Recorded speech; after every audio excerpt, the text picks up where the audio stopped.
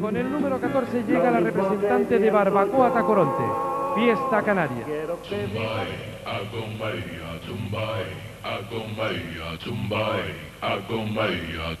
Señorita María Candelaria Llanos Quintero, tiene 19 años. El diseño es de Juan Pedro Marrero y el título, Veneno. Fantasía inspirada en la coquetería del carnaval. Diseño realizado en una estructura clásica empleando materiales tradicionales.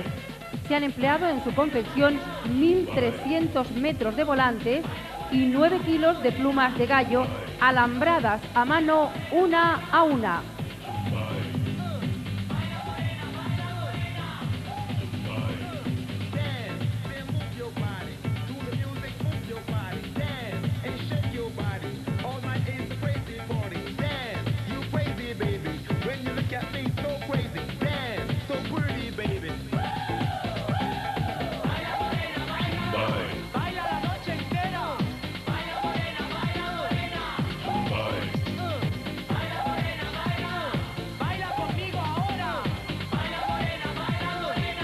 Es la candidata número 14 y representa a la Barbacoa Tacoronte Fiesta Canaria. Es la señorita María Candelaria Llanos Quintero, de 19 años.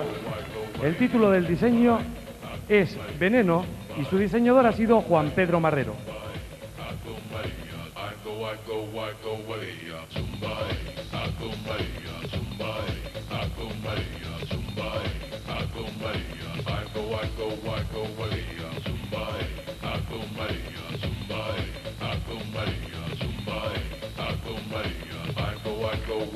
Maria,